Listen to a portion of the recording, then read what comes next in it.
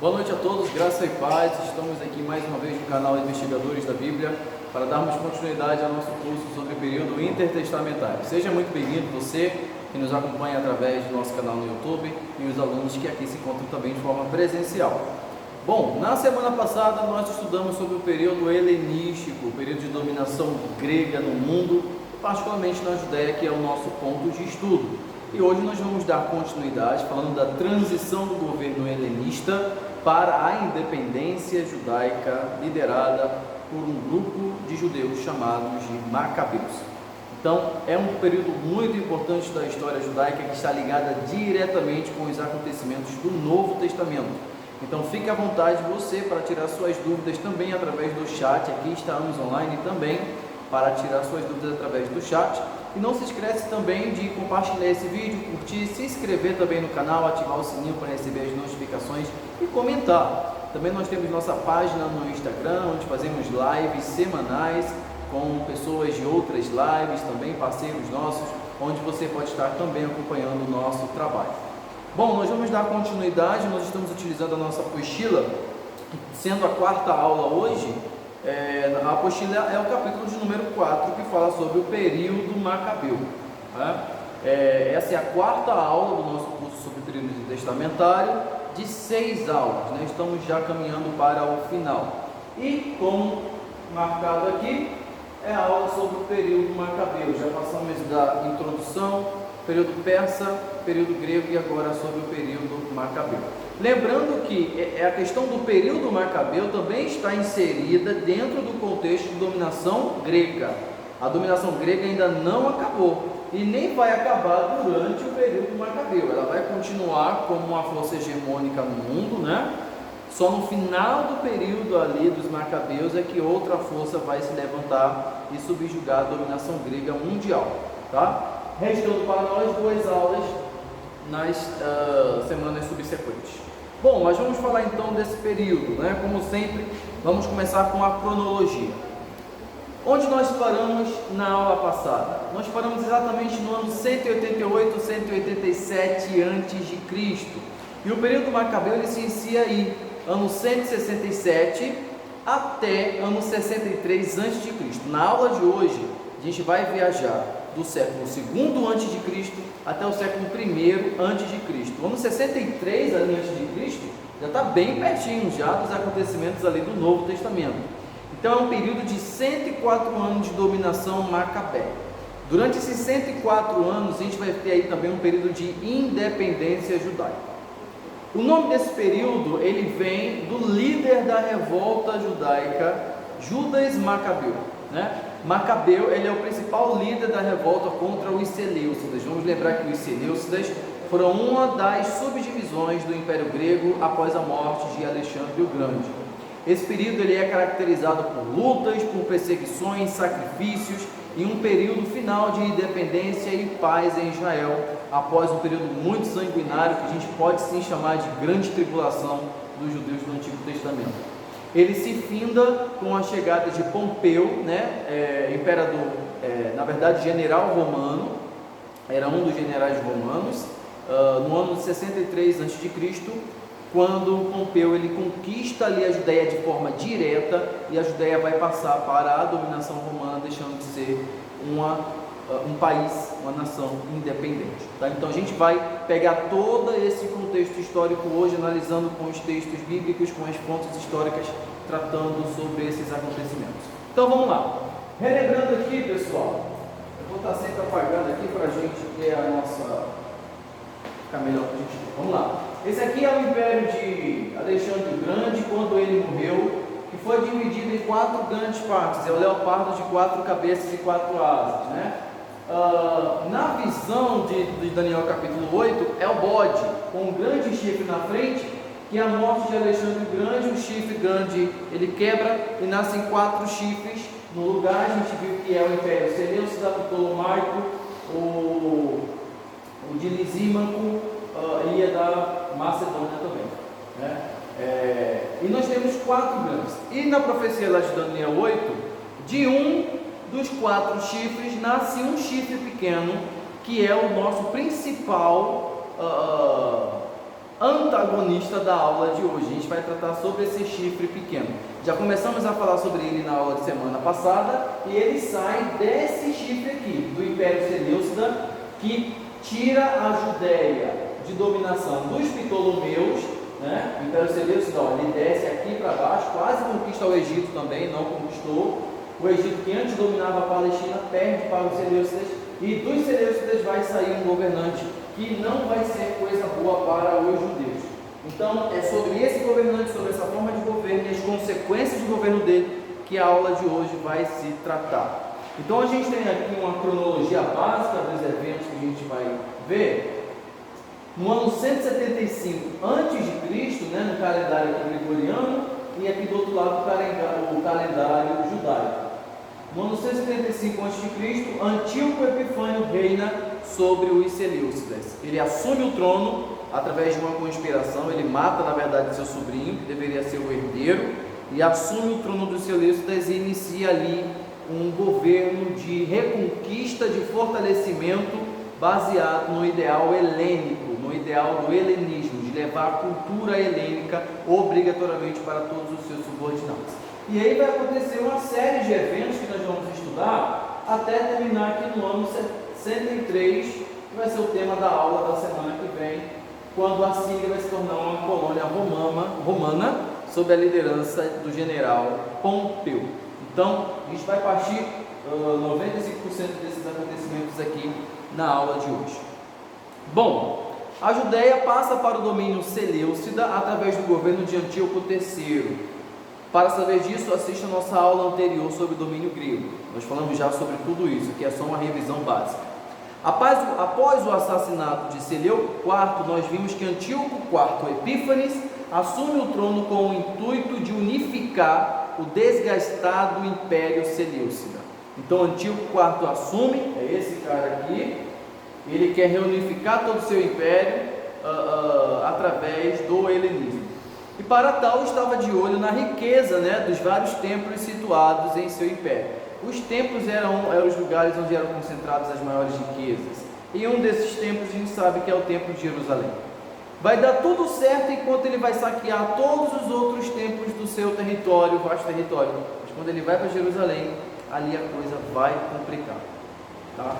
Bom, isso aqui a gente também já viu na aula passada, mas a gente só vai recapitular porque é muito importante saber para a gente prosseguir na aula de hoje. Essa unificação se dá pela disseminação do ideal helenista. Nós falamos sobre o helenismo na aula passada, que ele tanto admirava. Veja, Antíoco na verdade era de descendência síria, mas adorava os deuses gregos. Por isso que na profecia de Daniel 11 diz que ele adorava um Deus que não era do seu povo, um Deus estrangeiro, Deus das fortalezas. Então ele era sírio, mas adotou os costumes helênicos, também foi ensinado nos costumes helênicos. E assim ele quis passar todo esse ideal para o seu império. Antíoco se declara, né, a personificação de Zeus Olimpo. Além de adorar esse Deus, ele se autodeclara a personificação desse Deus e se autonomeia uma divindade, obrigando todo o seu reino a adorar. A população da Judéia já estava dividida já nesse tempo, antes de Antíoco, em dois grupos, que eram os grupos dos conservadores, os que queriam manter a tradição judaica a qualquer custo, e o grupo dos helenizantes, que queriam atualizar o estilo de vida judeu, né? Quando Antíoco chega, o que ocorre é uma cisão mais grave ainda desses dois grupos.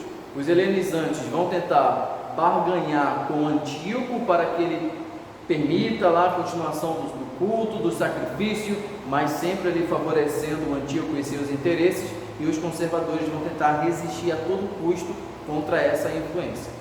No meio disso tudo estava o cargo do sumo sacerdote. Vamos lembrar, quem era a figura de maior importância na Judéia nesse momento? O sumo sacerdote. A Judéia não tinha rei, né? A dinastia de Davi não reinava mais. Os governadores que vinham antes, como por exemplo Neemias, Anani, que era irmão dele, que veio depois dele, não era da descendência de Davi. Então a descendência de Davi já terminou lá com Zorobabel, que era descendente de Davi, e voltou e foi governador na primeira leva lá no livro de Esdras. Mas desde Zorobabel lá, a descendência de Davi não tem mais influência nenhuma. Quem comanda agora é o sumo sacerdote. Ele é a maior autoridade política, religiosa e civil ali na Judéia. Então, cabe o sumo sacerdote dizer, ele vai ser a favor do helenismo ou ele vai ser conservador? Bom, a gente vai ter dos dois grupos, né? A gente vai ter aí, como nas eleições de 2018, né? PT ou Bolsonaro, dois extremos. A gente vai ter esses dois extremos e no meio disso vai estar o cargo do sumo sacerdote. As facções judaicas já procuravam obter favores da corte, né? Como por exemplo, mais tarde vai surgir ali um grupo chamado saduceus, cujos antecessores já buscavam ali interesses com os governantes estrangeiros. Antíoco chega, né, para apoiar aquela facção que mais lhe concedesse então benefícios, né? E ele estabelece ali um acordo de 7 anos. As referências que nós temos proféticas em Daniel 9, 27 e 11, 23, que esse acordo, vocês podem observar que segundo a profecia de Daniel, é um acordo na verdade imposto, e não é feito com todo o povo, é feito somente com a camada dominante, com uma elite dominante, que se associa com os interesses de Antíoco e faz com ele um pacto, tá? É claro que as visões apocalípticas, como a dispensacionalista, vê nessa passagem também uma referência para o acordo de 7 anos que o anticristo vai fazer com Israel, enfim, mas isso é questão para escatologia, não é nossa preocupação nesta aula, tá? Bom, e aí inicia então o governo do chifre pequeno, né? A ilustração aí mostra bem o que quer dizer isso, né? Ele é um chifre que fala com soberba, segundo a profecia fala com blasfêmias e faz guerra contra o povo de Deus. Bom, mas até aí, vamos entender o que vai acontecer. Matatias, um sacerdote filho de Jorão, inicia uma campanha de resistência contra as exigências de Antíoco. Jerusalém está corrompida, a maioria lá se corrompeu, os sacerdotes se corromperam. E agora? Quem vai fazer resistência contra todo esse movimento? Um homem da cidade de Modim, que fica lá ao norte da região da Judéia. Ele inicia um movimento de revolta contra essas tendências helenistas em Jerusalém. E ele tinha 5 filhos, né? João, Simão, Judas, Eleazar e Jonatas. E todos esses 5 filhos vão suceder a ele no comando dessa resistência judaica contra essa dominação, tá? Então a revolta, ela tem início na cidade de Modim, com Matatias, que é um sacerdote, tá? E aí essa revolta ela começa justamente quando Matatias se recusa a oferecer animais impuros em sacrifício ao imperador antigo, tá? Um sacrifício pagão. Essa referência está em 1 Macabeus capítulo 2, versículos de 1 ao 8. Bom, já falei para vocês o que causou a revolta e como ela começou, mas ainda tem algumas coisas, alguns detalhes que a gente gostaria de acrescentar, tá? Vamos lá, eu trouxe novamente essa moeda aqui para a gente dar uma olhada, né? É uma moeda de Antíoco Epifânio, um tetradracma. Eu falei para vocês que Antíoco ele se declara a personificação de Zeus, ele se declara Deus, né? Esse aqui é o Zeus da moeda. A palavra Epífanes ou Epifânio, Antíoco Epífanes, Epifânio, Epífanes não era o nome de Antíoco, ele se deu esse nome porque Epífanes vem do grego epifania. E o que é uma epifania? Epifania é uma manifestação de Deus. Então ele está dizendo que ele é Antíoco, a manifestação de Deus, o Deus encarnado, né? Só que ele era conhecido na verdade como Antíoco Epimânio, porque vem de epi, que é manifestação, e mani vem de maníaco, doido. Então era como se ele fosse a manifestação da loucura. Foi assim que ele era chamado pelos seus inimigos, ao invés de Epifânio, Epimânio, né? Só uma curiosidade aqui para a gente ver. Bom, quando Antíoco Epifânio ou Epimânio, como vocês queiram chamar, chega na Judéia, o sumo sacerdote Jasão se alia a ele. Então nós temos aí uma série de acontecimentos para a gente estruturar. Antíoco chega na Judéia e quer dominar. Jasão, que era o sumo sacerdote, se alia aos interesses de Antíoco Epifânio. Veja só, o sumo sacerdote da Judéia se alia aos interesses de Antíoco. O governo na Judéia havia aos poucos, como eu falei para vocês, se concentrado na figura do sumo sacerdote. Era da figura que havia concentrado todo o poder político e religioso. Vamos lembrar que na antiguidade não havia essa diferença da esfera política e da esfera religiosa. Tanto a política como a religião eram dois conjuntos que estavam unidos um ao outro, não havia essa separação. E essa concentração de poder no cargo do sumo sacerdote vai gerar um esfriamento espiritual, ou seja, o que vai acontecer é um declínio espiritual do cargo de sumo sacerdote. Por que vocês acham que os sumos sacerdotes na época de Jesus são mais preocupados com os assuntos terrenos do que com os assuntos ligados à ordem celestial, ligados a Deus? Veja que eles confrontam Cristo com coisas básicas da lei. Fala.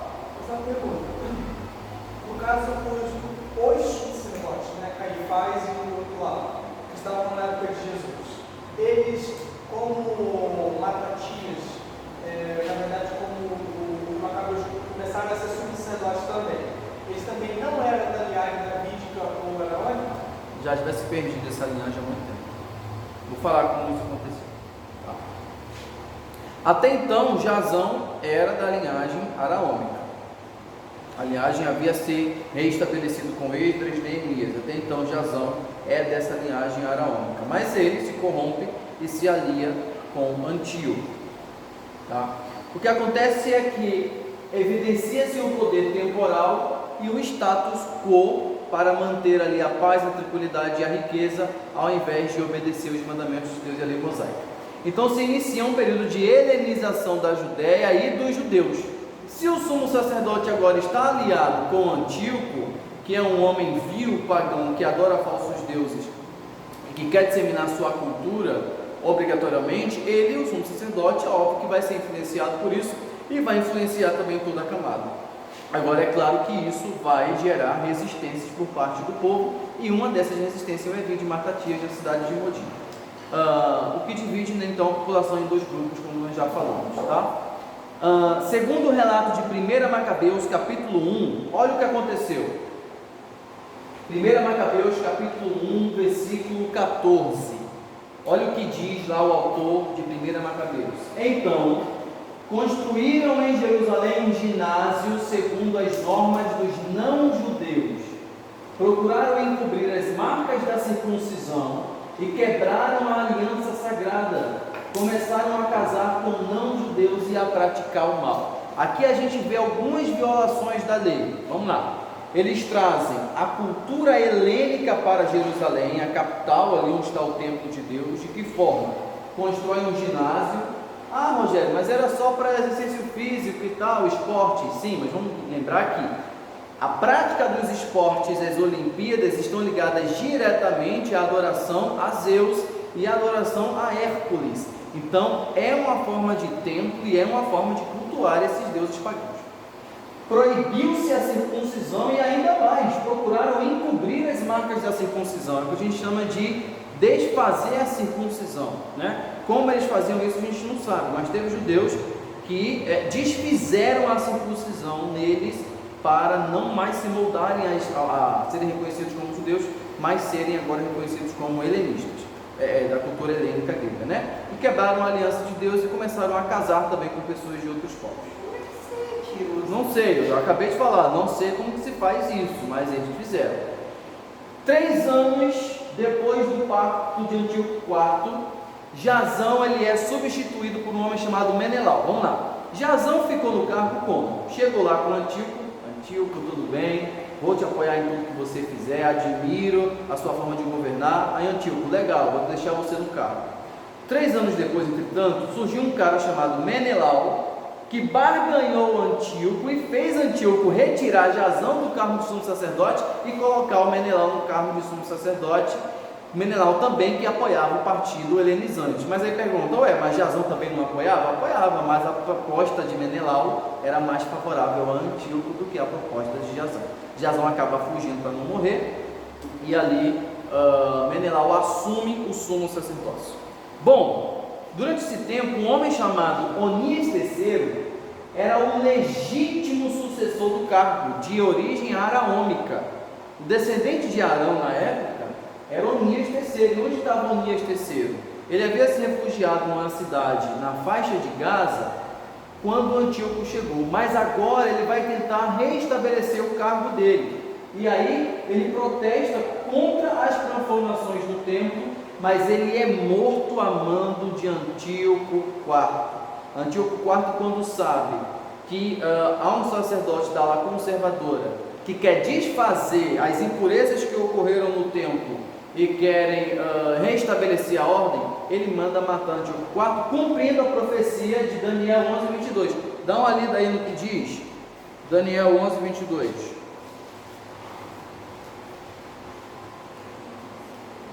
O que está escrito aí? E com os braços de uma inundação serão arrastados diante dele, e serão quebrantados, e também o príncipe da aliança.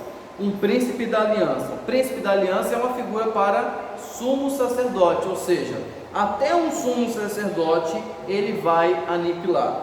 É uma profecia que fala sobre esta morte de Antíoco, a morte de Onias III por Antíoco IV. Bom, com a cumplicidade de Menelau, olha aqui o que Menelau propôs para Antíoco, que Jasão não tinha proposto, e por isso ele foi posto no cargo de sumo sacerdote. Antíoco saqueia o templo de Jerusalém, ele arrasa o templo. Isso 3 anos depois, quando ele chegou. Então, ele fez o pacto inicial de 7 anos. 3 anos depois, mais ou menos na metade desse pacto, ele arrasa o templo de Jerusalém. E o que ele faz 3 anos depois? Olha só, 1 Macabeus capítulo 1. Cumprindo a profecia de Daniel 11:28, Antíoco avançou com um forte exército contra Israel e atacou Jerusalém. Cheio de orgulho, entrou no templo e levou de lá o altar de ouro, candelabro e todos os seus utensílios.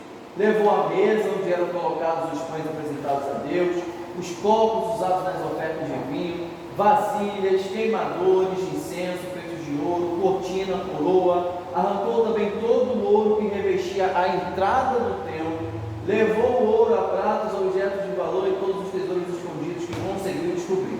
Antíoco voltou para a sua terra com todas essas riquezas, tinha matado muita gente e gabava-se orgulhosamente de tudo que havia feito, e em toda a terra de Israel houve muito choro e lamentação. Bom, lá em Daniel 11:28 disse assim, Daniel 11:28, ele voltará para o seu país com grandes riquezas, tendo no coração mais intenções contra a aliança sagrada. Ele as realizará e então retornará à sua terra. Mais intenções, é isso tudo que a gente acabou de ler, que ele tinha contra os judeus.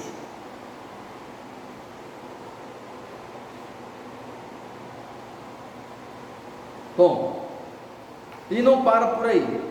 Além de saquear o templo, cumprindo então a profecia de Daniel 11:28, em 167 havia oposição em Jerusalém contra as medidas de Antíoco. É óbvio, o que ele fez não ficou barato, as pessoas vão começar a protestar, aquelas que são da ala conservadora, né? Bom, Antíoco tinha um oficial na Judéia, um homem chamado Apolônio. Ele coloca Apolônio para ser o representante dele na Judéia.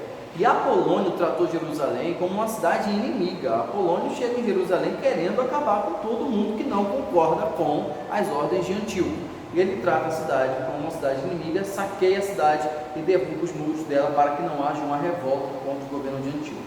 Bom, o que ele faz em Jerusalém? Ele constrói uma fortaleza, que nós vamos conhecer como a cidadela de Acra, símbolo do domínio estrangeiro. Era como se fosse uma cidade dentro da cidade de Jerusalém. Como se fosse o Vaticano em Roma, exatamente. Ele constrói o Vaticano dentro de Roma.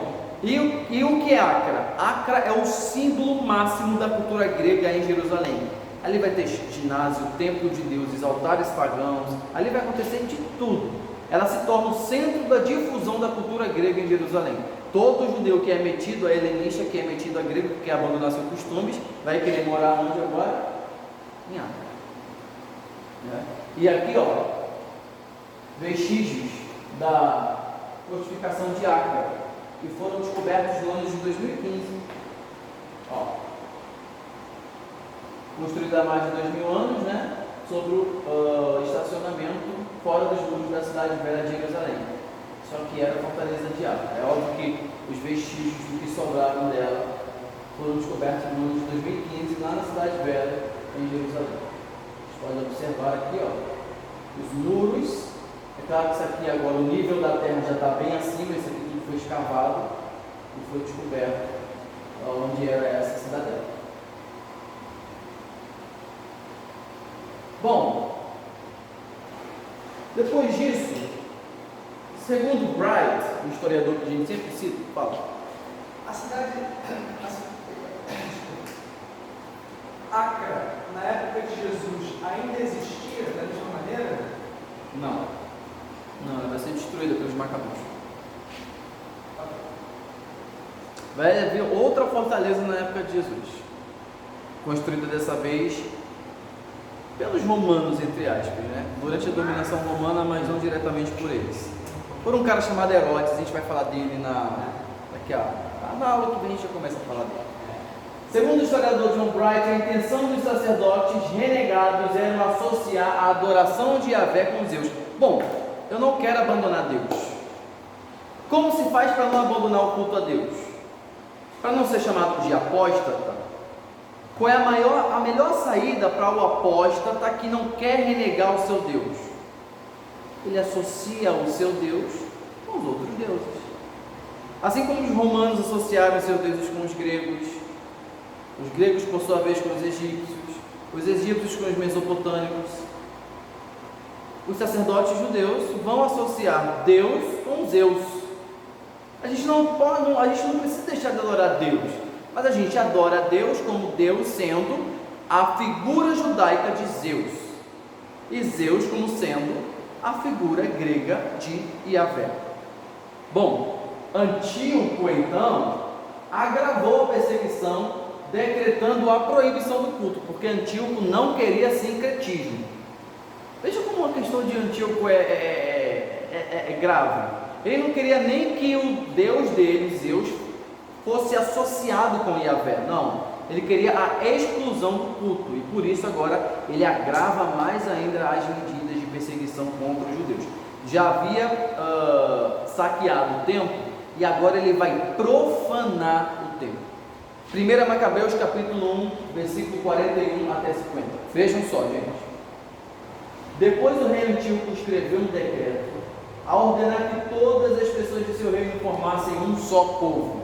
Ou seja, ele acabou ali com as divisões culturais que haviam no seu império. Haviam ali judeus, egípcios, medos, persas, babilônicos, enfim, para ele acabou. É como se você quisesse que o Brasil hoje, multicultural, multifacetado, formasse uma coisa só, né? Possível. Abandonassem seus próprios costumes. Todos os não-judeus obedeceram à ordem do rei. E muitos israelitas adotaram com prazer a religião do rei. Ofereceram sacrifícios aos ídolos e profanaram o sábado. O rei enviou a Jerusalém e às outras cidades de Judá mensageiros com ordens escritas, ordenando que seguissem os costumes dos outros povos. Proibiu que fossem apresentados no templo sacrifícios queimados, ofertas de cereais e ofertas de vinho. Ordenou que profanassem os sábados, as festas sagradas e que manchassem o santuário. Mandou também que construíssem altares pagãos, templos e outros lugares sagrados para os ídolos, que sacrificassem porcos e outros animais impuros, que não circuncidassem os seus filhos. Enfim, mandou que corrompessem as suas almas com toda sorte de costumes impuros e abominações, a fim de se esquecerem a lei e desobedecerem a todos os seus mandamentos. E a ordem terminava assim: quem não obedecer à ordem do rei será morto. É interessante porque a gente tem esse período e não tem nenhuma ação divina, né? De Deus. Como o pessoal fala, o período de Deus falou, porque só está meio que acontecendo de graça, né? Profanação no templo, mas é tudo e aí sabe que tudo é porque tem se cumprindo, mas é interessante que a gente vê que não houve. Né? Então, a gente precisa ver, Deus ele está intervindo sempre, vê? Se Deus não intervir em qualquer momento, momento, acho que um dia sem a intervenção dele, a terra desanda. Né? Veja que tudo isso que a gente está lendo aqui já havia sido profetizado. Ele falou, vai acontecer lá, vai acontecer lá. O ministério profético entrou em recesso, mas tudo que a gente está vendo aqui, ele já tinha falado lá para Daniel, anos atrás. E qual foi a última palavra dele, antes dele deixar esse período de acontecimentos rolarem, até que ele retornasse a falar diretamente com o povo? Malaquias 3, os 12 últimos versículos. Eu vos envio o profeta Elias, ele preparará o meu caminho para que eu não venha com destruição. Então, tudo isso está acontecendo, é a mão de Deus que está guiando isso tudo. Ele já havia previsto, mas eles também tinham estabelecido a perseguição, mas também os livramentos para a perseguição. A gente vai ver como isso vai acontecer. Uma coisa que eu estava falando com a Rayane, teve outros períodos da história onde Deus se calou, sabe, por um tempo e por um longo período de tempo, e nós não consideramos esses períodos, sabe, nós não observamos tanto quanto esse. Sim. Nós vamos observar mais esse período justamente porque é o período que antecede a vinda de Cristo. Quer ver uma coisa? Quando a descendência de José foi para o Egito, os judeus ficaram 400 anos ali no Egito e também não houve manifestação profética alguma. Só depois da chegada de quem? Não havia palavra escrita. E não havia palavra escrita, só a tradição oral deles. Tanto é que muitos se corromperam. Né? 400 anos até a chegada de Moisés. Aqui a gente tem outro período semelhante de 400 anos até a chegada de João Batista. E com a ascensão de Cristo, cessou-se, e ali com a morte do último discípulo de Cristo, João, cessa-se, né, esqueci a palavra agora, meu Deus, a inspiração escriturística, é selado o testamento. E como é que nós hoje ouvimos a voz de Deus, ou sabemos da vontade de Deus e sabemos que Deus está no controle da história? Através dos escritos inspirados, da inspiração de Deus, né? É assim que, como é que o ministério profético hoje é exercido? Através da exposição das escrituras. A palavra de Deus já está aqui, foi selada aqui, saiu daqui, não é de Deus. O que Deus queria dizer, Ele já disse, está nas escrituras.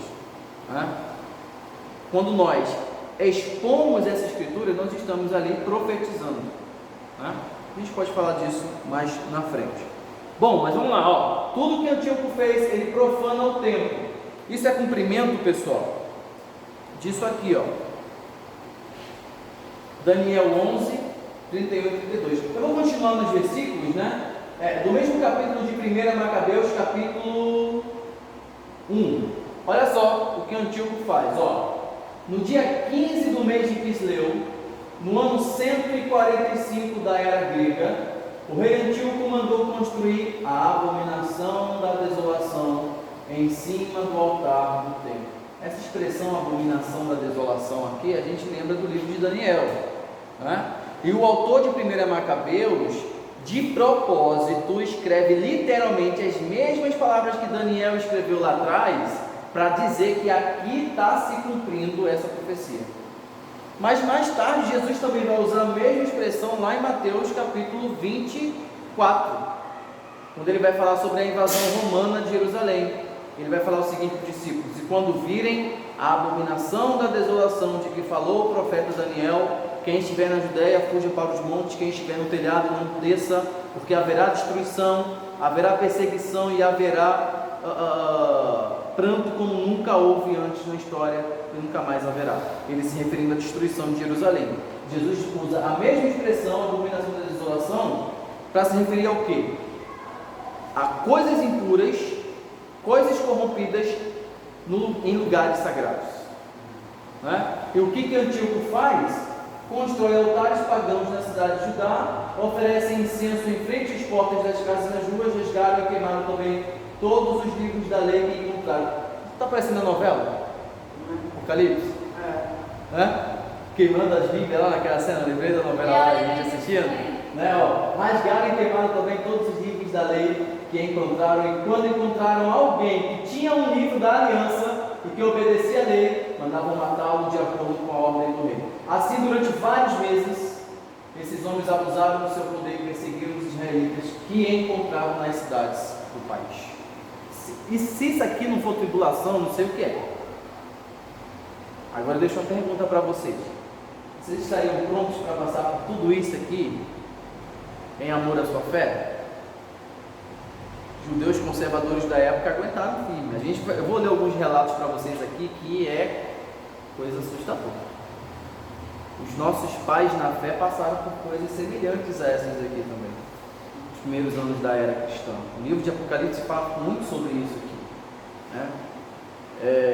Então, quando a gente estuda esse período na história, não tem como a gente não alertar. Será que eu, você, estaria disposto a passar por essas coisas em favor, em amor, em obediência ao mandamento de Deus? Porque convenhamos, né, gente? Ser cristão no nosso tempo é a melhor coisa do mundo, né? Ser cristão no Brasil é a melhor coisa do mundo. A gente tem cristãos na Nigéria, por exemplo, o governo da Nigéria está matando cristãos, né? Na China, os cristãos estão sendo perseguidos por cultuarem a Deus e por não cultuarem o Partido Comunista Chinês, né? Mas olha que interessante, o país do mundo em que o número de cristãos tem crescido, mais crescido, é na China. O número de cristãos na China dobrou, mais do que dobrou da década de 60 até o ano de 2020. Os números são incríveis. Sabe quando a gente associa o crescimento da igreja? A perseguição. É incrível. Incrível como a perseguição aumenta a qualidade da igreja. É incrível. Eu ia dizer que isso é muito semelhante ao que aconteceu no Coliseu em Roma, né? Sim. As histórias relatam que quanto mais os cristãos tinham uma atitude de enfrentar a morte louvando a Deus, cantando e com coragem, sem medo algum, mas confiando, mais a plateia, alguns da plateia, deixavam de se enamorar com aquilo, né? Aplaudir e ficavam impressionados e buscavam se converter àquele Jesus que era tido como ridículo, mas que olha só o que ele fez com essas pessoas. Exatamente. Daniel 11:31, vamos dar uma lida aí. Daniel 11:31.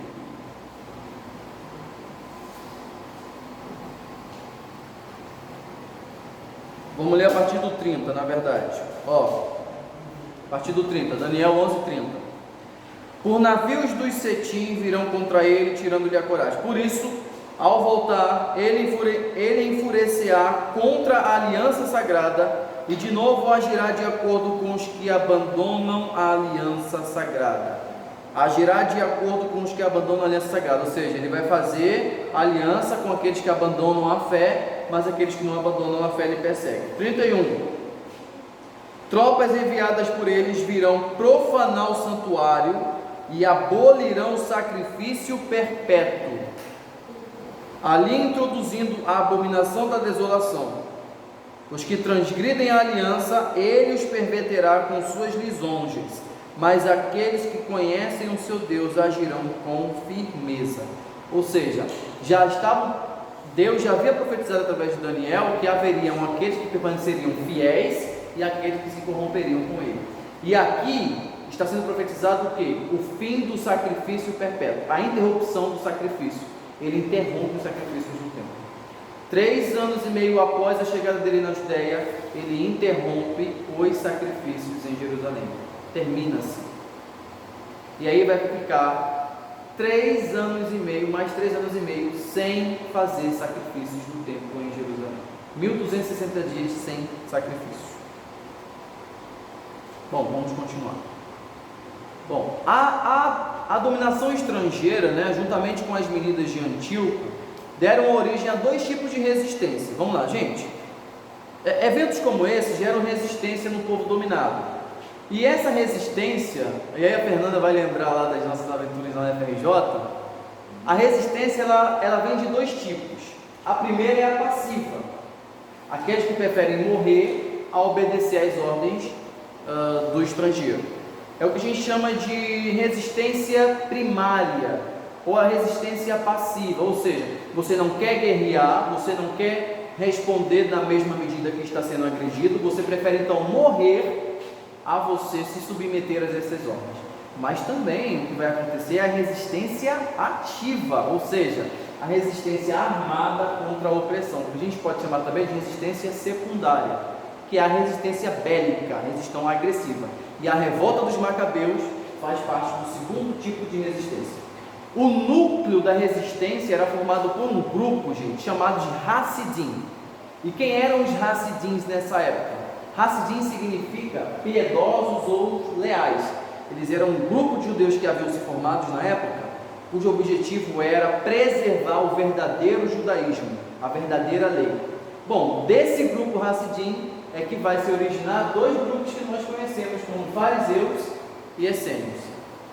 Os fariseus são um grupo e os essênios são outro grupo, que já na época de Cristo vão ser dois das principais correntes filosóficas do judaísmo, né? Vamos lembrar que Paulo ele vem dos fariseus, mas ambos esses grupos vêm dos Hassidim, que já eram um grupo já formado no segundo século antes de Cristo.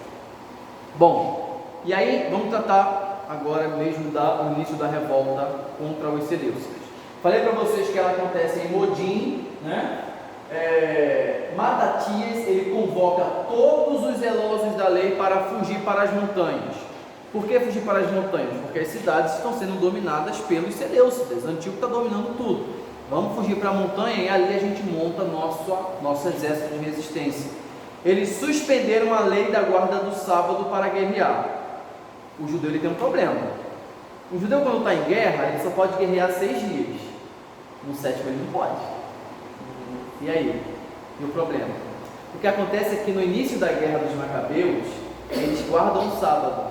Só que os Seleucidas, sabendo que eles guardavam o sábado e não atacavam no sábado, guerreavam contra eles no sábado e destruíam eles. Então o que eles fazem? Suspendem a guarda do sábado para guerrear. Ou seja, é uma exceção que eles fazem aqui, né, para que eles pudessem guerrear, né? É semelhante, gente, vou fazer uma comparação aqui, quando Davi comeu os pães da propiciação. Vocês lembram desse episódio? Davi com os homens, os mercenários dele, famintos foram lá na tenda do tabernáculo, morrendo de fome. O sacerdote deu os pães da propiciação para Davi comer. Bom, a revolta ela começa no ano de 166, tá? E nesse mesmo ano o líder da revolta morre. Matatias, ele morre, ele já era bastante idoso e ele morre no primeiro ano da revolta. Bom, e para quem passa a liderança da revolta? Se passa para o seu terceiro filho, chamado de Judas, que também era conhecido como Macabeu, que significa martelo. Judas o martelo, né? Teve outra figura histórica também que era chamado, o apelido dele era Martelo, que era Carlos Martel, um rei da França, né?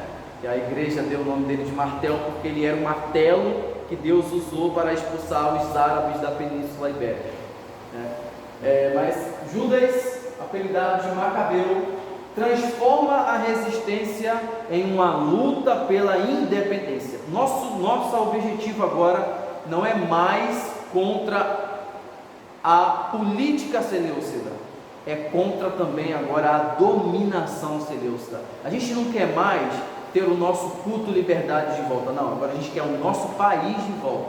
A revolta agora vai ser pela independência da Judéia dos gregos.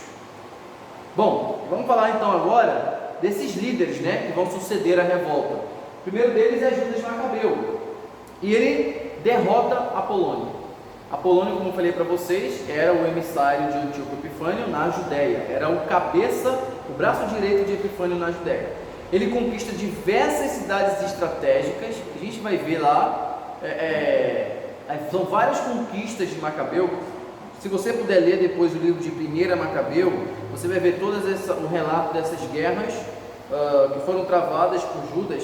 Ele foi um líder militar excelente, ele moldou um exército na Judéia que bateu de frente com o exército preparado dos Seleucidas, que em número era muito maior. E mesmo assim, ele foi conquistando cidade por cidade, vitória por vitória, transformando o exército dos Macabeus numa grande ameaça para o domínio de Antíoco. O famoso Josué II. Oi? O famoso como se fosse Josué, exatamente. Ele derrota outros generais seleucidas como Ptolomeu. Esse Ptolomeu aqui não tem a ver com o reino de Ptolomeu, tá? Ptolomeu era um nome comum na época. Antíoco tinha vários generais. E Judas Macabeu derrota vários generais de Antíoco, como Ptolomeu, Nicanor, Gorgias e Lísias, que eram importantes generais de Antíoco. Judas Macabeu derrota todos eles. E ele reconquista o quê? Jerusalém. E inicia a purificação do templo de Jerusalém.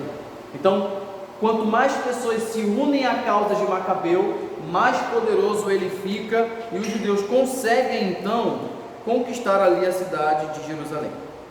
Eu falei para vocês que ia ler alguns relatos, né? Durante essa grande perseguição promovida por Antíoco Epifânio, ocorreram absurdos, né? Coisas terríveis. E no livro de 2 Macabeus, que não é uma continuação de 1 Macabeus, como a gente tem de costume achar por causa de 1 Samuel e 2 Samuel, né? 2 Macabeus não é continuação de 1 Macabeus, é o mesmo relato, só que focando em outros assuntos. E um dos assuntos, segundo os Macabeus, é sobre os mártires. O exemplo das pessoas que não se curvaram a Antíoco e morreram ali como exemplos. E no capítulo 7 de 2 Macabeus tem um relato chamado de o martírio dos sete irmãos. Eu vou ler só um pedacinho deles para mostrar para vocês. Está em 2 Macabeus, capítulo 7, versículo 1. Aconteceu também que 7 irmãos, detidos com sua mãe, começaram a ser coagidos pelo rei a tocar na proibida carne de porco, sendo por isso atormentados com flagelos e níveis. Uma mãe que tinha 7 filhos foi presa e eles queriam obrigar eles a pecarem, a profanar a aliança de Deus. Bom, o que acontece é que eles matam um a um os 7 filhos da mulher, querendo fazer com que eles se rendessem. O primeiro não se rende, eles arrancam a língua dele e matam. O segundo não se rende, eles esfolam o cara e matam. O terceiro, e vai. E aí, chegando já no último alento, né? Eles dizem o seguinte, veja. O segundo cara, o segundo filho, ele disse assim, ó: tu, celerado, nos tiras desta vida presente, mas o Rei do mundo nos fará ressuscitar para uma vida eterna, a nós que morremos por suas leis. Ou seja, ele se nega a pecar diante de Deus, porque na mentalidade dele, essa vida ele pode perder, mas ele crê numa ressurreição. Depois eles trazem o terceiro filho, e o terceiro filho diz o seguinte antes de morrer, ó: do céu recebi estes membros, e é por causa de suas leis que os desprezo, pois espero dele recebê-los novamente. Os membros que ele fala são as partes do corpo. Ele diz que recebeu essas partes do corpo do céu, de Deus, e de Deus agora ele também se desfaz deles, e ele também é morto. E aí, gente, vai passando de filho a filho. Quando chega no último filho, Antíoco, ele fica irado porque ele não conseguiu fazer com que nenhum se rendesse a ele. Quando chega no sétimo, ele faz uma barganha final. Ele diz o seguinte, veja: Antíoco suspeitou estar sendo vilipendiado e desconfiou de ser de censura aquela voz. Estando ainda em vida, o mais moço, o mais novo, o último filho, começou a exortá-lo com palavras, mas ainda com juramentos, lhe assegurava que o faria rico e o tornaria feliz, contanto que abandonasse as tradições dos antepassados, mas ainda que o teria na conta de seu amigo e lhe confiaria altos cargos. Como não lhe desse o moço a mínima atenção, o rei mandou chamar a mãe para convidá-la a fazê-la conselheira para a salvação do teu filho. Ele ainda pegou a mãe do garoto para fazer a mãe do garoto fazer com que o garoto mudasse de ideia e aceitasse a proposta de Antíoco e se curvasse aos seus deuses. Mas a mãe chega no ouvido do filho e diz o seguinte: eu te suplico, meu filho, contempla o céu e a terra e observa tudo que existe nelas. Reconhece que não foi de coisas existentes que Deus as fez, e que também o gênero humano surgiu da mesma forma. Não temas este carrasco, ao contrário, tornando-te digno de teus irmãos, aceita a morte, a fim de que eu torne a receber-te com eles na misericórdia. A mãe incentiva ali o filho a não negar a Deus, né? E com base em quê? Com base na natureza. Olha para a natureza. Existe um Deus que criou tudo isso. Não se curva a esse cara, se curva ao Deus que criou todas essas coisas. E aí a mãe não tinha nem terminado de falar. O relato diz que o rapaz respondeu assim para Antíoco: que estás esperando? Eu não obedeço o mandamento do rei. Ao mandamento da lei, porém, que foi dado aos nossos pais por meio de Moisés, esse obedeço. E ali, a língua dele é cortada, ele é esfolado, ele é morto, e a mãe também é morta depois. Isso é um relato, né, que parece que acaba trágico, fim triste, mas ele incentiva os judeus a não se curvarem ao tirano e preservarem a sua identidade e ainda mais a sua lealdade a Deus. Eu achei interessante trazer essa leitura para vocês, porque ela também nos lembra muito dos mártires cristãos do primeiro, do segundo, do terceiro século, né? Bom, continuando aqui, Judas Macabeu, ele reconquista Jerusalém, e a primeira coisa que ele vai fazer é fazer o que, gente? Purificar o templo foi profanado. Judas e seus aliados, após chorarem e lamentarem pelo estado do templo, purificam ele, retirando todas as abominações que Antíoco colocou lá. E em dezembro de 165, o templo foi rededicado com festas e grande regozijo. É nessa ocasião que surge uma das principais festas judaicas, que nós conhecemos como Hanukkah, que é a festa das dedicações, né? Ela é celebrada no mês de dezembro, lá em Jerusalém. Os judeus, na verdade os judeus de todo o mundo celebram, e inclusive nosso mestre Jesus, ele celebrou essa festa enquanto esteve vivo. Está lá em João capítulo 7, quando ele vai a Jerusalém para a festa das luzes. Que qual é a festa das luzes? É essa aqui, Hanukkah. E uma das tradições nessa festa é a família se reunir e acender a menorá juntos, né? Porque acender a menorá, por que acender a menorá? Porque a menorá tinha sido apagada por Antíoco. Antíoco apagou a menorá e apagou o culto do templo. Acender a menorá significa esse renascimento, a vida que traz novamente, né? A adoração a Deus que renasce, né? Em todo mês de dezembro, os judeus de todo mundo se reúnem e celebram o Hanukkah. Deixa eu perguntar um negócio, é só uma curiosidade, porque tem um episódio de Friends que tem essa festa, né? O Ross estava ensinando o filho dele o costume judaico, né? E os amigos estavam querendo ensinar o menino no Natal, o Papai Noel, e ele se vestiu de tatu.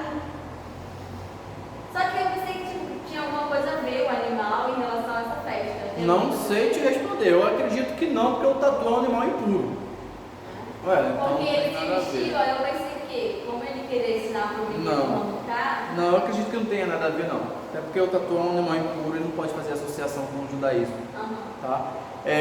Mas enquanto os cristãos celebram o Natal, né, em dezembro, os judeus celebram o Hanukkah. E por isso os cristãos acham que o Hanukkah é o ano novo judaico, porque é em dezembro que eles celebram, mas não é. O ano novo judaico foi há 2 semanas atrás, tá? O ano novo para eles é na transição ali no final de setembro e início de outubro, tá? Quando é o calendário de Juda, tá? Hanukkah, agora vocês sabem o significado e como surgiu essa festa. Deixa eu lembrar para vocês, tem outra festa também que surgiu um pouco antes, no período de Esther. Lembra o nome da festa?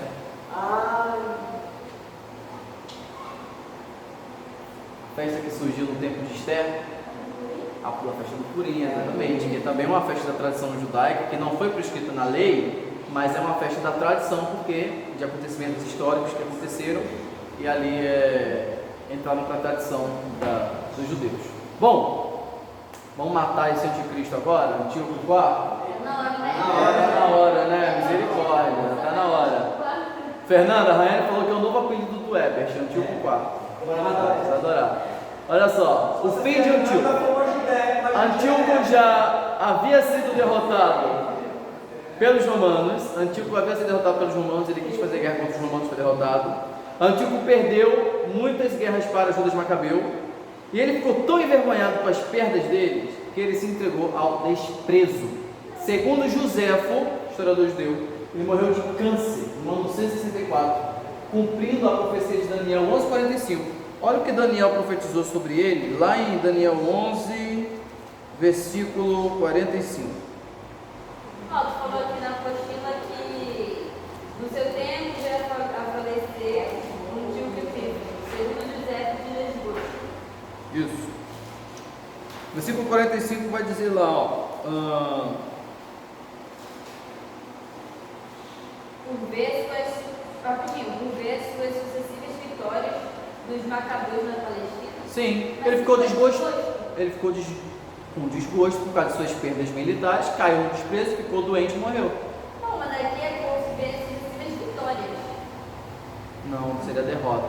Olha só. Seria No derrota. seu tempo já faleceu o tio Pedro, segundo José de desgosto por ver suas sucessivas vitórias dos macabeus na Palestina. Ah, vitórias dos macabeus, sucessivas vitórias dos macabeus na Palestina.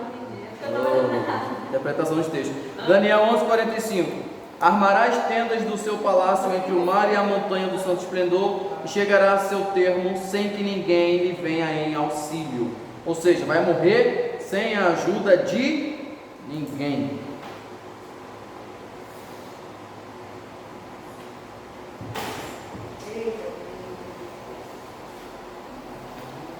Sem a ajuda de ninguém. Gente, o relato de Joséfo conta terrível a morte dele. Na verdade, no livro de 1 Macabeus, vou ler aqui para vocês, falando sobre a morte de Antíoco Epifânio.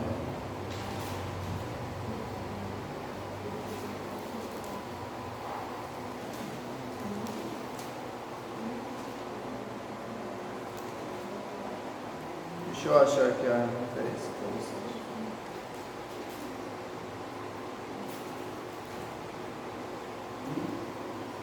1 Macabeus capítulo 6, versículo 7 diz assim: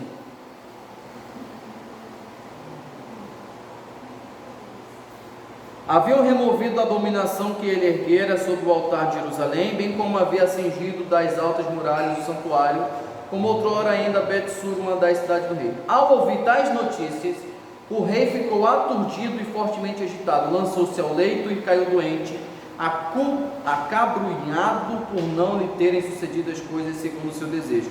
Permaneceu ali por muitos dias, enquanto uma profunda tristeza se renovava continuamente sobre ele. Chegou mesmo a pensar que estava a ponto de morrer. E, de fato, ele morreu. Tá? Segundo o relato de 1 Macabeus, né, a ênfase está na vitória dos macabeus e na tristeza deles pela derrota. Mas Joséfo diz que ele morre até comido de bicho. Os bichos começam a sair pelo corpo dele e ele morre em decomposição. Assim como Herodes futuramente. Tá? Parece que esse é o fim dos tiranos, né? Quem sucede ele? Antíocozinho, Antíoco V. Né? Ele tem um filho chamado Antíoco V, que quis procurar a paz com Jerusalém, mas brevemente mudou de ideia e a guerra reiniciou. A guerra continuou. Antíoco morreu, mas a guerra continua, tá? E aí o que acontece? Judas Macabeu vai se aliar a um povo, romanos. Por quê? O inimigo de meu inimigo é meu amigo. Então Judas faz um pacto de não agressão com os romanos e de aliança. Ó, se eles me atacarem, tu ataca eles junto comigo. É óbvio. Agora, quem está fechado com Judas, está fechado com os romanos. Gente, é cômico porque no século II a.C., os judeus estão fazendo aliança com os romanos. No século I depois de Cristo, os judeus vão se rebelar contra os romanos. Né? Ou seja, é aliança de momento, é aliança de circunstância. Depois estão brigando um com o outro. Bom, Judas ele morre na batalha de Berzet contra o exército de Demétrio. Demétrio é dos generais de Antíoco V, e Judas Macabeu ele morre, tá? Quem sucede Judas Macabeu? Seu irmão. Vamos lembrar que Judas Macabeu tinha 4 irmãos, um desses irmãos era Jonatas, e ele governa, né, a liderança do exército do ano 160 até 143 a.C. Ele sucede Judas no comando do exército.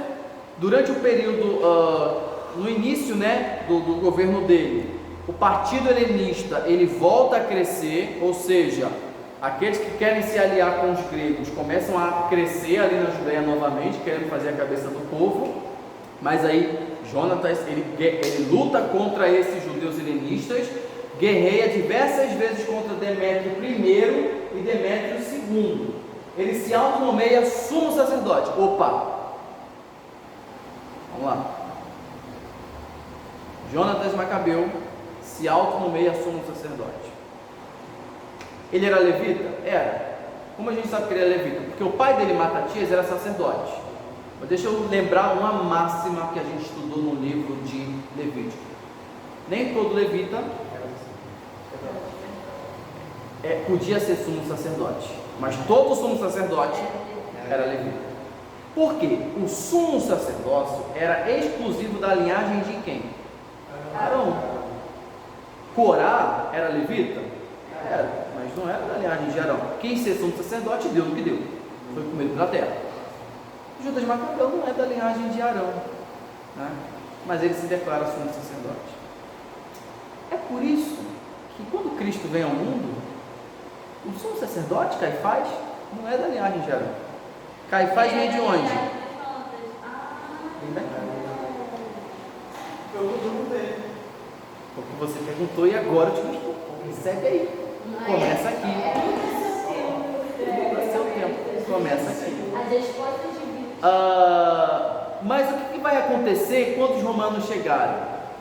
Vocês sabem que o sacerdócio agora, o sumo sacerdote é aquele que vai comandar no povo, né? Não tem mais governador, o sumo sacerdote é a figura ali de influência do povo. O sumo sacerdote é um cargo, gente, que ele não vai mais ser exclusivo se é nem levita ou não. Vai ter até não levitas que vão ser sumo sacerdote daqui para frente.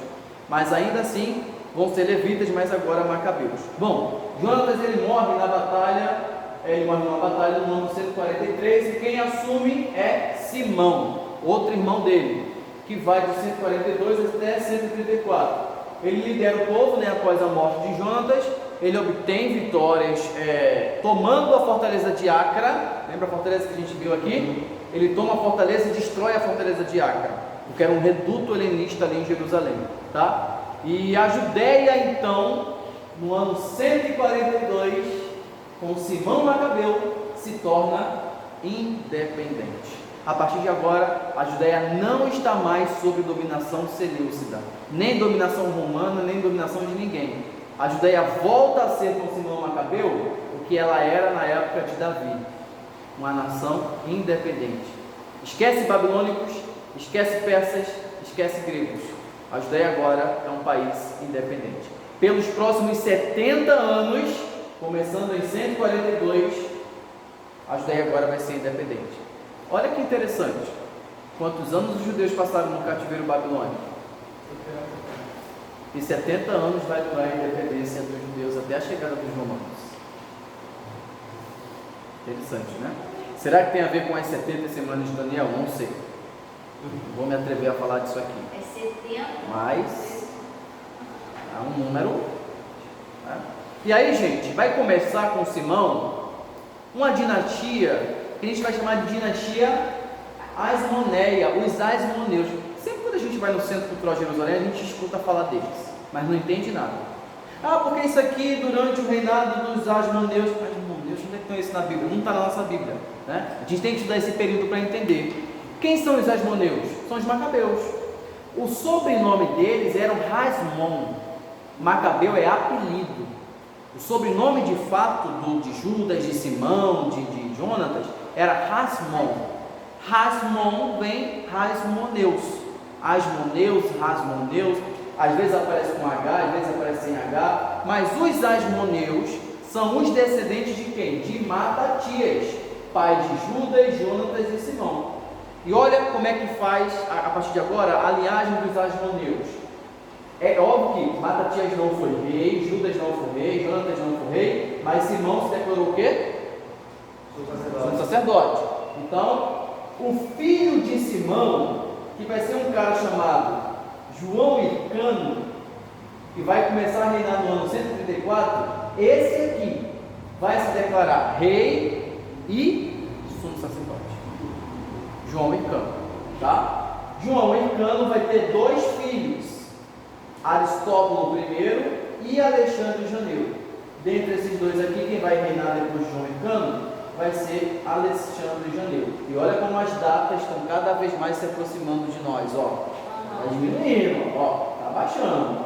Então vamos falar um pouco agora de João Hircano. Daqui a pouco a gente fala de Alexandre Janeu. Mas vamos lembrar que eles são todos descendentes de quem, ó? Matatias. E aqui com João Hircano começa a dinastia Asmoneia, porque a Judéia agora está independente. Bom, João Hircano, quem ele foi, o que ele fez e a influência dele. Hircano, ele teve de lutar contra Antíoco VII para garantir a independência. A Judéia já é independente? É, mas ele tem que garantir essa independência. E ele luta contra Antíoco VII, que ainda quer fazer com que a Judéia volte ao seu domínio. Ele expande os territórios da Judéia e manda agora judaizar os idumeus. Vamos lá. Como é que começou a revolta dos macabeus? Começou com os judeus sendo o quê? Helenizados. João Hircano agora vai fazer o contrário. Ele vai querer judaizar quem não era judeu. Ele vai ser um Antíoco Epifânio ao contrário. Pode isso, Arnaldo? Pode. Quem são os idumeus, gente? Vocês sabem quem são? Nesse período a gente já chama eles de idumeus, mas antes eles eram chamados de edomitas. Tá? Eles são os meios irmãos dos israelitas, são os descendentes de Esaú. Né? Pode falar. É do exemplo desse homem que surge a atitude farisaica de querer fazer prosélito em outros lugares de Deus? Prosélitos são os judeus convertidos. Entendi. Eu entendi, mas não há um movimento farisaico de proselitismo. Proselitismo é algo que acontece naturalmente, a conversão, tá? É alguém que não é judeu e quer se converter, ele é um prosélito, né? Ele se torna ali pelo costume e pela tradição, ele é um prosélito, tá? Aqui a gente tem mais pela força, né? Pela violência, mas o proselitismo é mais associado ali a uma espontaneidade, entendeu? Mas não deixam de ser prosélitos. Agora, você pode forçar o cara a se circuncidar. Você vai forçar o cara a adorar a Deus, guardar o sábado, enfim. Isso aí é esfera pessoal, né? Vamos lá.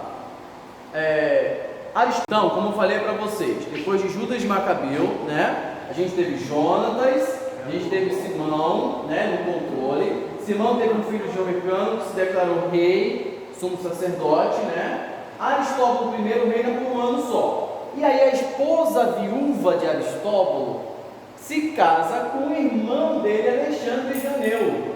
E Alexandre Janeu se torna então rei da Judéia. Esse aqui vai reinar por mais tempo. Vai de 103 até 76 a.C. E aí passamos pelo reinado de João Hircano, Aristóbulo I, e vamos lá. Vamos falar agora como é que foi o reinado de Alexandre Janeu e de Salomé Alexandre. Vamos lá. O território ele é ampliado. O território da Judéia volta a ser ampliado. Esse aqui de cima é o Aristóbulo, tá? É Alexandre Janeu. E a de baixo que é A menina. a Salomé Alexandre. Tá? Pode chamar Alexandre. Manteve-se no poder através da tirania, né? Flávio Josefo vai dizer que ele foi um tirano, como seus antecessores, e ele se mantém lá através da tirania. Ele morre no ano 76 a.C. E aí, pessoal, muito importante agora. Atenção, atenção. Quando Alexandre Janeu morre no ano 76, quem governa é sua mulher, Salomé Alexandre. Só que vamos lá. Ela tem 2 filhos. Tem 2 filhos. Mas antes desses 2 filhos dela entrarem em cena, um detalhe muito especial é que Salomé Alexandre vai se tornar a segunda mulher a governar a Judéia. A primeira foi a Atalia. Lembram de Atalia? A filha de Jezabel que casou com Acasias de Judá, né? Atalia foi rainha de Jerusalém por um tempo, né? E tacou o terror em Jerusalém. Tá? Você pode assistir isso nas nossas aulas sobre Segunda Reis, tá, pessoal? E depois de Atalia, olha quantos anos se passou para a Judéia ter outra rainha regente, Salomé Alexandra. E ela reina de 76 até 67. Só que vamos lá, ela é rainha, mas tem uma função que ela não pode exercer. E aí? A do sumo sacerdote. Sumo sacerdócio. Então ela vai ter que colocar um dos filhos dela no sumo sacerdócio. E quem ela coloca? Hircano II, para assumir o sumo sacerdócio. Durante esse período aqui, a gente tem a ascensão de quem? Dos fariseus como o partido religioso mais importante da Judéia. Nessa época, os saduceus e os fariseus já disputavam para ver quem era o mais preferido do rei. Eles já disputavam. Na aula que vem eu vou falar mais sobre como é que era essa disputa deles. Eles ficavam combatendo, né? Para quem vai ser os preferidinhos do rei. Na época de Salomé e Alexandre, os fariseus ganharam a batalha e se tornaram o partido mais importante. E aí, presta atenção na árvore genealógica agora. Vamos só relembrar. Alexandre Janeu se casou com Salomé e Alexandre, teve 2 filhos. Aristóbulo II e Hircano II. Hircano II se tornou o quê? Sumo sacerdote. A mãe dele colocou ele no sumo sacerdócio. Só que o irmãozinho dele, Aristóbulo II, não gostou nada disso. Tá? Quer dizer que ele é elite também. Não gostou nada disso e ele vai tentar usurpar o sumo sacerdócio de seu irmão. Tá? Ele vai ter um filho chamado Alexandre que não vai reinar. E disso aqui, do que vai acontecer daqui para baixo, é assunto para a semana que vem. Mas eu quero chamar a atenção para vocês agora é do tamanho de Israel. Israel voltou a ser, na verdade, a Judéia. A partir de agora a gente não fala mais de Israel, a gente vai falar de Judéia. A Judéia voltou a ser em tamanho o que ela era na época de Davi. Então olha, quando eles voltaram do exílio, era só isso aqui, mais escuro. Depois, esses territórios ao redor foram anexados até que tudo isso aqui se tornou posse da Judéia. Galileia, Galaade, Samaria, Idumeia, aqui os Edomes lá embaixo, parte de Moabe, Pérea, né? Tudo isso aqui agora faz parte do domínio dos reis asmoneus na Judéia. Bom, Aristóbulo II e Hircano II, como eu falei para vocês, vão brigar pelo sumo sacerdócio, pelo controle da Judéia. E aí vai ter que chegar alguém para terminar essa parada aí, essa briga. Tem algumas cidades que receberam o nome justamente por conta de alguns governantes muito conhecidos. Enfim, a pergunta é o seguinte: em relação a Galileia, por que recebeu esse nome? Galileia já era o nome já desde o Antigo Testamento. Se você for ver lá em Jeremias, eu não vou lembrar a referência, que eu sou péssimo nisso, mas já há a referência à região da Galileia. Mas você sabe o motivo do porquê, sabe? Quem recebeu esse nome? O pai Era o nome do lugar,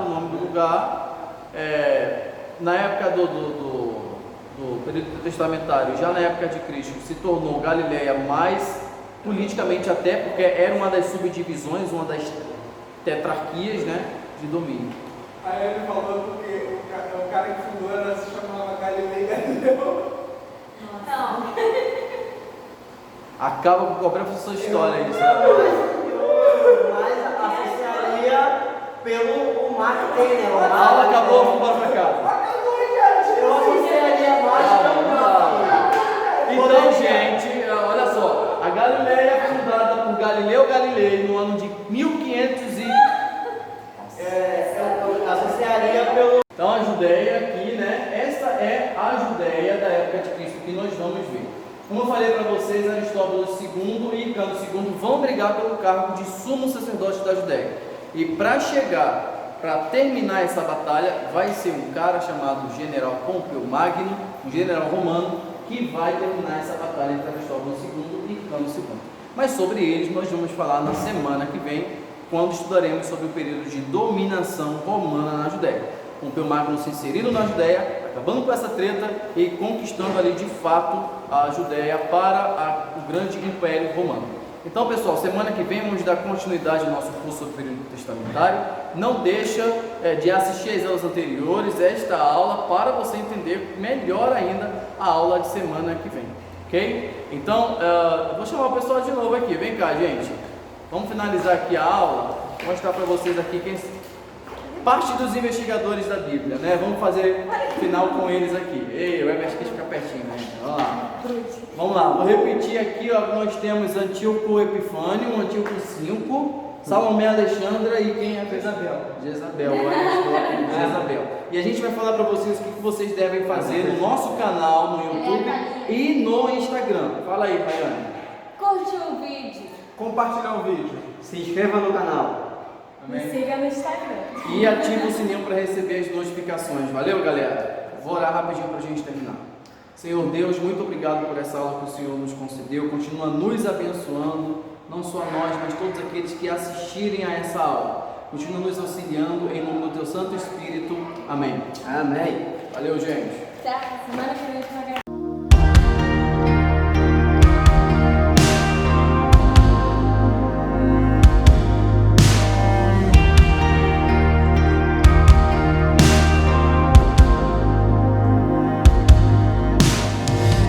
Everything is temporary, God, you're never ending. Though it seems you